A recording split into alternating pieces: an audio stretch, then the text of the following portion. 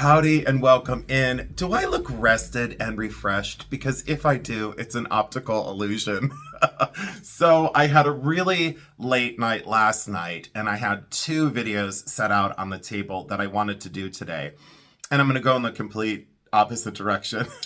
So, for the new viewers that have decided to join me on this journey, thank you so much for doing it. I don't want to pay for subscribers ever, and I most certainly don't want to do like a promotional thing. I just want to grow my channel with all of you that need to be here with me. So thank you so much. I really do appreciate it. I wish I could give you a thumbs up in return. So thank you for hitting the subscribe button, because in my analytics, 47% of my usual viewers, because there's nothing usual about any of you, are not subscribed to my channel. So if you would just take the time to find a way to subscribe, I would be so grateful. So thank you so much. Now, on to the thoughts of the day.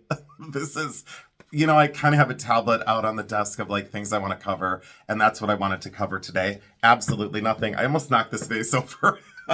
So look at this. This just came in, and what a reminder of like, hey, pay attention to me. This just came in. It's Ellie Smith, and it's bittersweet, and it's a big one. We'll talk about the pattern, and we'll talk about the collectability of such glass. And then it also came in with its little sister or its little brother. Look at that one for the three-toed version of Ellie Smith. And you know that I love Ellie Smith glass. I now have, I can't believe I'm going to admit this on camera, and I hope Jeremy and my mom's not watching. I have 172 Ellie Smith glass vases. So now the one thing I did want to cover is this has been, you want to stay tuned for today, because I have a vase over here, a pile of quilts, and then some sterling silver flatware that just came in. And why this video is important is I bought 115.2 troy ounces of sterling silver, which is, I think the calculation, I wrote myself a note, I think it's like 7.5 pounds or 7.2 pounds of sterling silver.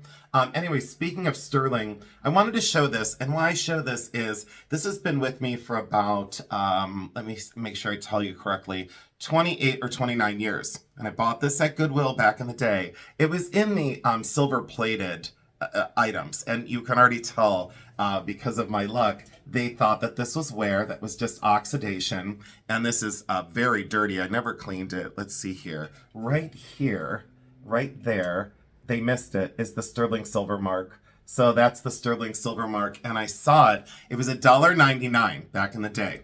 It weighs 17.58 troy ounces. Now, a note to everyone who doesn't know, and if you already know this, I'm sorry for the little lecture, but ounces, like postal ounces, and troy ounces are different. So always weigh your silver in troy ounces, not in postal ounces, okay? There is a difference. I'll talk about that in coming videos when I feel like I need to lecture you, all right? 17.58 ounces of sterling silver. And today, silver was around $32.09, and the calculation would be around $519.30 from literally $2. Incredible. And I guess that's further proof that I have been doing this for an extremely long time. The vase that's off to this side, I did this in a YouTube short, and for anyone that collects antique glass, I know you just took a gasp. I know you just said to yourself, I've never seen one in real life, and I hadn't until this day. So I walked into an antique mall, and this was very expensive because the dealer knew what it was. However, I don't think they knew the current value of such a piece. And I put this in a poll. Before I tell you, take your guess at the age of this vase. You won't believe this. This is further proof of time travel. This is all art glass, hand constructed. This is by Mount Washington. I did clean it when I got it home. This is by Mount Washington, and this is called lava glass. Tiffany also had lava glass, and Charles Lowton later in life produced lava glass. Enough of a lecture there. This is by Mount Washington, and this glass vase is from 1879. And yes, this is true. I didn't say 1979. This is 1879 to 1880. 1879 to 1880. absolutely incredible and a time traveler, to say the least. I will get into this in a coming video, but I really wanted to show this as like a masterwork of antique glass. My passion doesn't stop at just jewelry or clothing buttons. It goes full spectrum. Let me show you this book that I got involved in last night. I will show you this book. We'll go over this later. Some people have said to me, how are you so familiar with the age of fabrics and the age of buttons and the values of such things? I've been doing research for over 35 years. I don't pull my information offline. I go into books and look at this. So they dated fabrics between 1830 and 1860. This book is the most amazing when it comes to the age of fabrics. And I will show you this book in the very near future. There's a couple different versions of the book. And this is the one that I love the most. That's all I can say. And then wait till you see the section on 1920s. 1920s and 1930s feed sack fabrics, and it shows you all the detail, and then it shows you the approximate age of the fabrics that you're looking at. That's the segue to the pile that I'm going to show you next. Wait one sec, I'll be right back. And I had to reach over this giant pile of quilts. You know, it's crazy. I got to thinking about, what is my thumbnail going to be for this video? And I guess it could essentially be this. So I have such the amount of information that I want to share with all of you. And you might ask yourself, why are antique quilts all of a sudden important to talk about? Well, guess what? There's a tremendous value in antique quilts. And the other day I was expecting 2 quilts in the mail. You would have thought I was like a kid on Christmas. Some of these are just absolutely magical works of fabric art. This is a wig rose, and again, we'll talk about these in coming videos, but I just wanted to show you some of the work involved in some of these antique quilts. This is gigantic, and the fabrics are in such wonderful condition. We'll get into this one. Most of these antique quilts, that I'm a purist collector when it comes to it, and they need to be completely hand pieced, and then they also need to be hand appliqued, and also I like the bindings to be hand stitched. And I'll show you the difference between machine stitched and hand stitched. I'm not a quilt expert, but I've been at this for, again, over 30 years. In my personal collection, I guess I can safely admit to say that I have over 100 quilts that I consider masterworks, and I'm a big stickler for provenance, origin, the county they're from, and also I'm an avid collector of Ohio quilts extensively. So wait till you see this one. This one just came in. This is the postage stamp one. So each one of these pieces is actually small enough to be considered a postage stamp. It's under an inch. It's actually 3/4 of an inch. And look at every single piece of feed sack fabric is completely hand pieced, cut and hand pieced. Look at the dynamic border of that green and black. I know we're supposed to get into silver, but I got distracted by this. Look at this. And it's in amazing condition. And then each little square is actually quilted down with an X through it and a box around it. Are you kidding me? These are labors of love that completely drive me absolutely insane, to say the least. So I'll be bringing these back, but I did want to do a quick preview. Let me put that one out of the way. And then this one. This one is so incredibly special to me as well. I know a little bit of information about where this came from, and the age on this one, this is debatable. Some of the fabrics are earlier, but around 1870, 1880. Incredible star quilt. And completely in fabulous condition, and I mean absolutely incredible condition, all hand stitched and amazing. But look how excited I get. Look how happy I get. This is my happy space, you know? I guess I should spend less time in the chats on YouTube and more time investing in the labors of love that I've surrounded myself with. And then you're like, what is that on the floor? Well, guess what? I went to a resale shop the other day. Look at this, Italian hand-painted pottery charger. Look how gigantic this is. And they made a big mistake. I found this online, hand-painted on the website. It's $795 on sale, and they had it for $36. There's the tag. They had it for $36. And look at this for Italian art pottery. Completely hand-painted charger.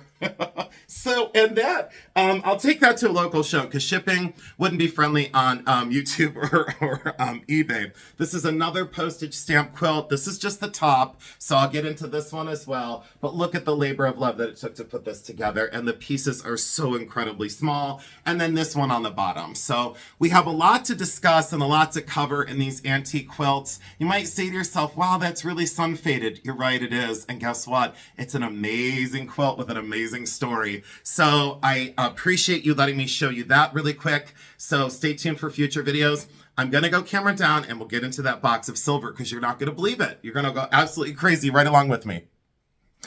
And of course, because I couldn't help myself, did someone say you wanted to see flapper dresses?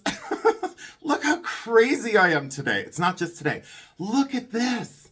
Excuse me, what is going on? Let me set these other ones down. What is going on with some of these dresses from the late 1920s and into the 1930s? And no, I don't normally have these on amazing designer hangers. They're normally folded and in acid-free boxes. But look at this for a flapper dress. Look at the detail, the hand sequin, and all the beading on the bottom. That one is from Paris, France. We'll get into that one. Oh, but let's look at this one. These had been in a video before, so I am going to be bringing on all of the beaded flapper dresses. What on God's green earth is going on with Jason's collection? So, yes, we're going to talk about flapper dresses. So that's also going to come on a video. This video is insane. I told myself today, you know what? I'm going to consolidate it down and just go camera down and talk about silver. That's not going to happen that way. You know, I guess I would say I can never be controlled. I can never be filtered. I can never be kind of corralled. Look at that one for a flapper dress from the 1920s. And this lace is some of the most, let me move up here. The lace is absolutely exceptional. Look at that for a net lace Art Deco flapper dress. And look at it all the way up to the shoulders. So we'll get into flapper dresses as well. Stay tuned. You won't want to miss my collection. Well, for all of you that want me to be more calm and normal, I decided to rearrange my DNA. No, I didn't. So I actually cannot believe the box that this silver came in. I cannot believe what I saw. So it came in this, and this is a massive hard plastic flatware box, and the inside is magnificent as well. So there's the inside. Needs to be dusted out a little bit. But this hard plastic box, they were going to throw it away. And I said to them, can I please pack up my silver inside that box? So they gave it to me free with purchase. So I couldn't be more delighted. Let's get camera down and into this silver. I'm going to lay out a little bit. I think I'm going to put a black background down. So thank you so much for joining with me on this incredible journey. And stay tuned for my YouTube videos because I'm going to shift gears and show you that I'm a whole lot more than just a silversmith and an artist and a jewelry historian. I want to share all of my collections with you because I think it's incredibly important. 2025 is going to be amazing, amazing, amazing. I promise you that. Thank you. And I know what silver collectors are thinking. I knew Jason was born with a silver spoon in his mouth. Well, actually, I wasn't, and we couldn't afford one, so I went out and bought a ton of them. So I cannot believe what I'm starting to find in some of this because I just started to really sort it. This is a raw sort. I will do further research on hallmarks, but I'm just going on basic information that I've acquired over my years of doing this. When such things came through the auction facilities that I worked at or estate sales that I did, I had to make sure that I knew who made the pieces because that does kind of dictate the value. I also needed to know the patterns, if there were any, and I also needed to make sure that these pieces were in fact sterling silver. A lot of what you're seeing out on the table is actually in fact 830 silver. Some of it is sterling, which would be 925 parts per thousand is actual silver. The rest is alloy. In 830 silver, it's the same equation, but 830 parts per thousand are silver, and the rest is alloy. We'll get into alloying metals in future videos, but the vast majority of these pieces are awesome, and I will start to show you some of these. This is a modern pattern by GEORG JENSEN, and there is the GEORG JENSEN mark. So a normal spoon like this, let's say this weighs, I'll just give you a rough estimate. Let's say this weighs 32 grams. It feels like it'd be about 30 grams of sterling silver. This is like a usual spoon with no attribution to make or not signed by Jensen, would be around today, maybe what, $40, okay? Because it's Jensen and that modern pattern, and so gorgeous, and because of that Jensen hallmark, it elevates the value of this spoon to, let's say, almost $75 or $85, depending on if someone needs this as a replacement in a bigger set. So I weighed all of this and some things that are off camera, and there's quite a stack that's over there that I'm never going to get to today. There's about, I would say about almost 4 times the amount. It's approximately 7.8 pounds of silver. That's 115.2 troy ounces. It's an insane amount, and that would probably be around, today, by today's price, around 3,300, and if it's 830 silver, it's slightly less, so let's just say around $2,900 to $3,000 just in intrinsic value, and then you elevate those prices by the actual piece and by the designers. Now, I've often said I don't base my collections on a designer's name.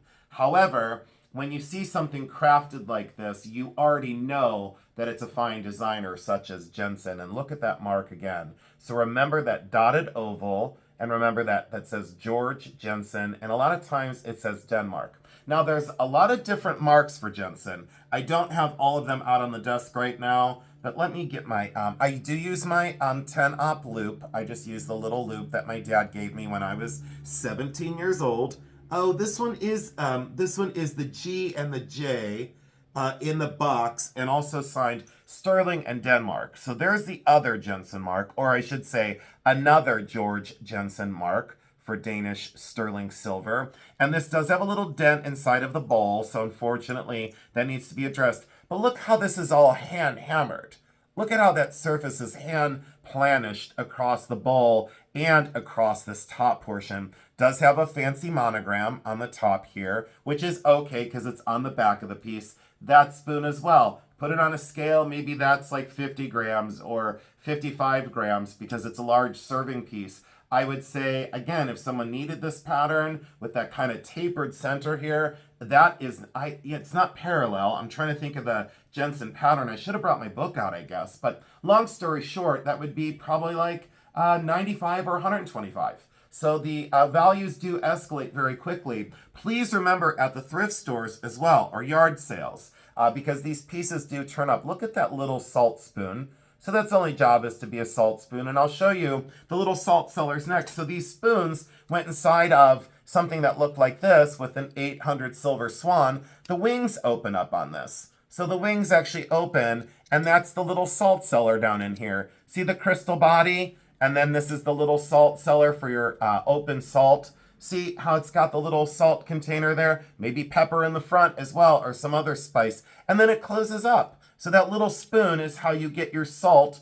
Instead of a shaker, you put your salt on your spoon that way, or your pepper in that one. So there you go. And there's a set of 4 of these. I couldn't believe this. I have seen these so many times, and every time I get them, I sell out every time I get them. They're a novelty, but they're really beautiful, and they can be used today for fancy meals. Look at that for ground and polished crystal. So there's a set of 4 of the swans. I was so excited. And all the wings open up, and I'll let you into that little compartment on the inside. Boy, are these things dusty and dirty. But again, I don't clean my silver. I will wipe all of this down and get this wiped down, but I most certainly don't ever clean or polish my silver.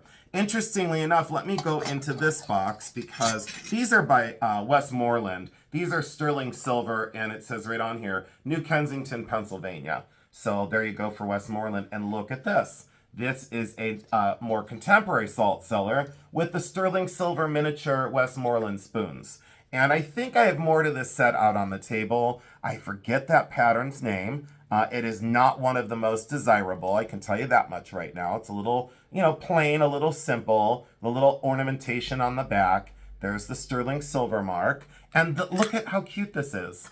Look at how amazing that little salt cellar is. And you've got 2 spoons for that one. So this is an earlier version. I would say this model, I would say, is probably late 20s. Now, these did go more turn of the century towards 1900. I would say these are more 1920s. This is definitely into the 40s or 50s. More than likely, probably 50s. Maybe even into the 60s. And there's another one. So look at those for little salt cellars. And then they never use these spoons. Look, it's got the Westmoreland plastic container, and they never used their little salt cellars, which a lot of people didn't. And look at how cute the boxes are. I said to myself, yeah, those are going to be awesome. I think these 2 are Jensen. These 2 I wasn't sure on origin, but this is considered a fish service set. All of these utensils have different uses, and I have a lot of Victorian pieces that were like pasta servers, a tomato server, an asparagus server, a pickle fork, you know. Oh, the macaroni servers, they look like those,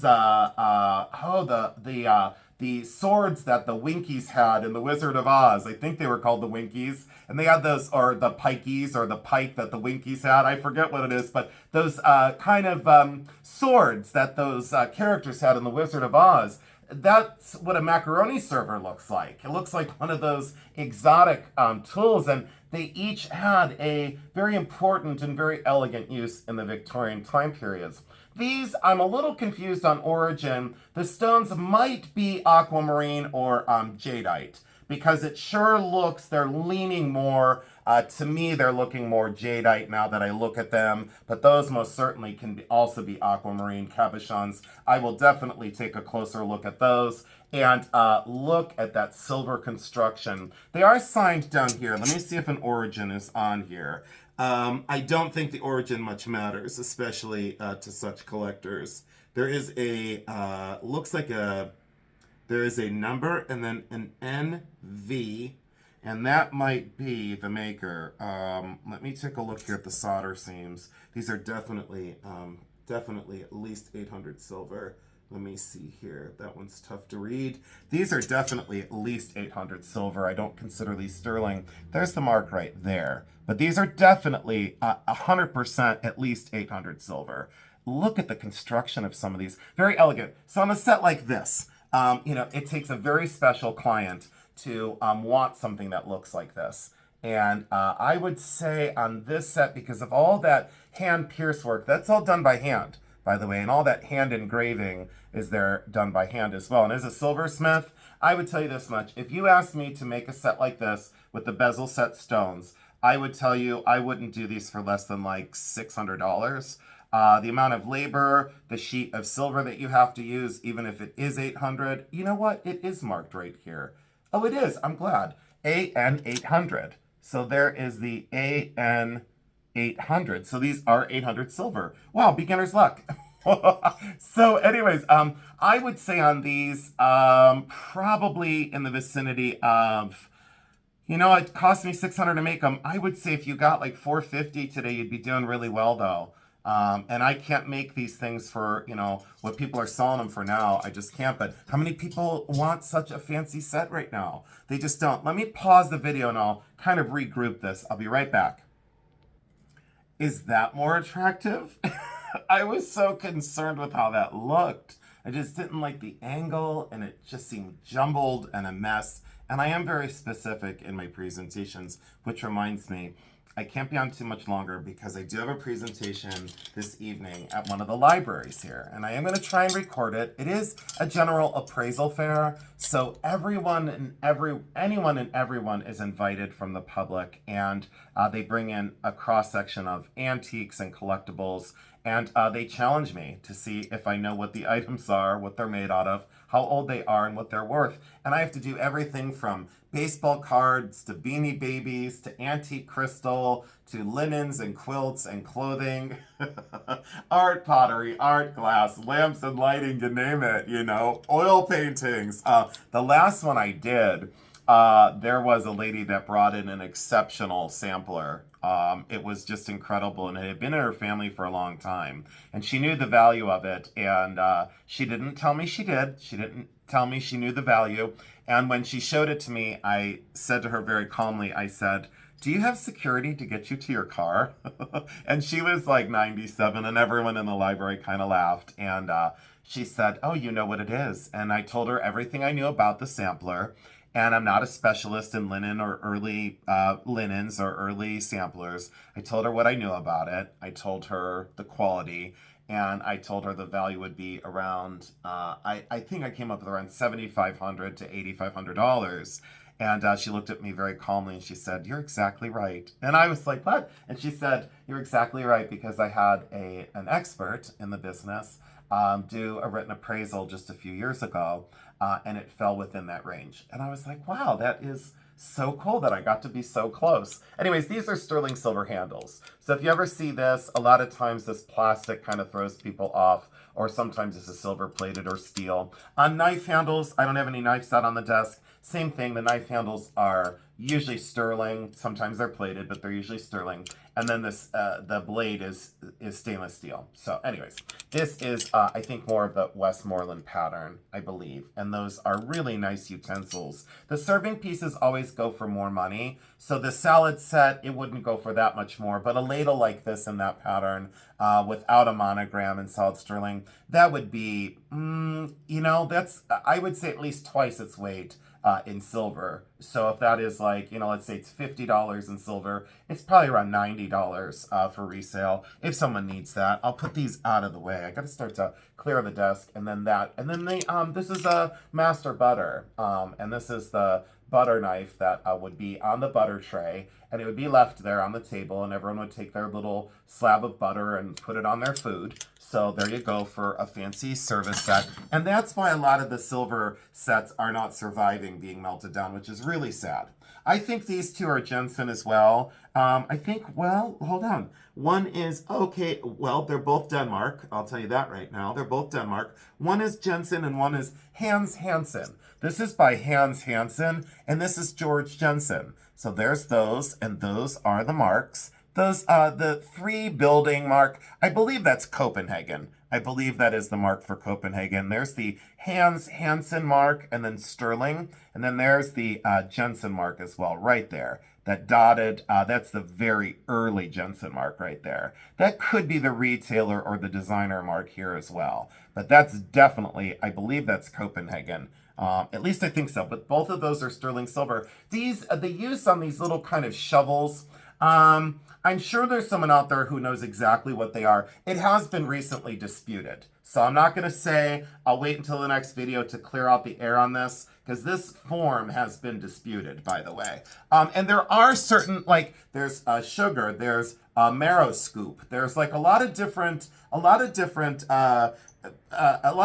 utensils for different purposes. And then there's some that are like this, that this is considered a pastry server because it's got that flat edge, very soft, but that's considered a pastry server. Probably, I would date this one to, let me look at the marks on the back of this as well. I would date this to around this one's 1925, 1935.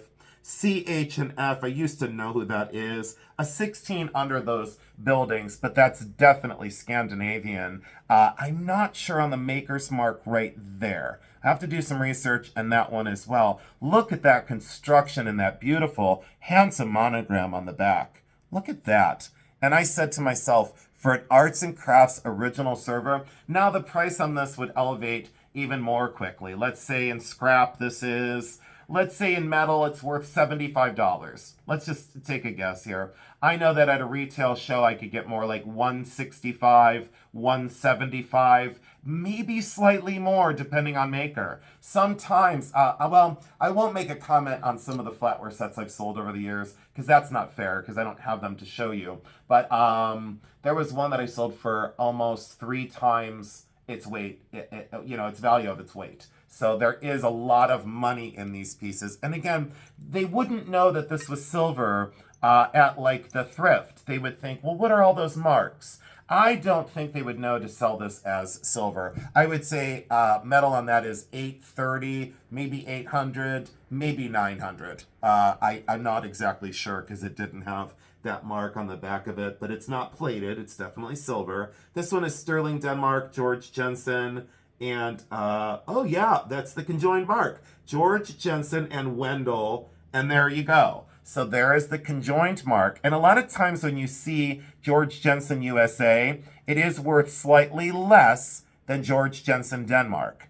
And there's a lot of reasons for that. Again, I'll get that into other videos. We're not going to discuss that today because I'll be here for the, next hour. Anyways, let's pedal a little faster. I'll just bring them up and show you the back marks, but these are all silver. Look at that for a serving fork. All hand hammered and hand planished. Why don't polish my silver? If I polish this, 90% of that textured surface would vanish and go away. They wanted this on there. That's the pattern. It's made to look at how stylized arts and crafts. It was looking at 1900 aesthetics. This could be right around 19, I'm going to go out on a limb and I'm going to call it 1910, 1915, maybe into the 20s, looking at a slightly earlier pattern. A lot of these were continued to be used as well, like the patterns. So I think this is Jensen. I'm 99% sure. Let me take a look before I tell you something wrong. Yep, there we go. Jensen and Wendell. There you go. So there you go. The partnership of George Jensen and Wendell. That is sterling silver. Absolutely gorgeous. And again, if someone needed this to complete their service and they needed this tiny little either, pickle fork or dur fork, I would say on this one for a serving fork, probably more along the lines of 125. And that's at least 3 times its value in just metal. I'm going more retail with my prices as well. But look at this one. This is the large version. Look at that. I have the small version and the large version. This one might be closer to 200. And you know what? If someone has this set and they spent, $10,000 on a silver set of Jensen, which by the way, they do exist. I have seen them. I would say on that one, that might be 200, 250. And that's important to know because someone else might just sell this for $50, And I will say another thing is sometimes when I went into estates, people have their silver sectioned off to the side and they go, we're going to go to like one of those metal buying places. And I said, oh, no, you're not. So I have always gotten families, even after my commissions, I've gotten families more money, substantially more money for their items than what a gold buying place would give. This is arts and crafts, absolutely fabulous. Again, at least 125, 165. And if I wanted to be aggressive on this one, I'd say 185. And to the right collector, it still sells for that. People say, oh, that's so expensive. And I'm like, you know what? You go ahead and try and make these pieces today and see how much it would cost you. That's still Jensen, large serving piece. And unfortunately, that's not a canthus, is it?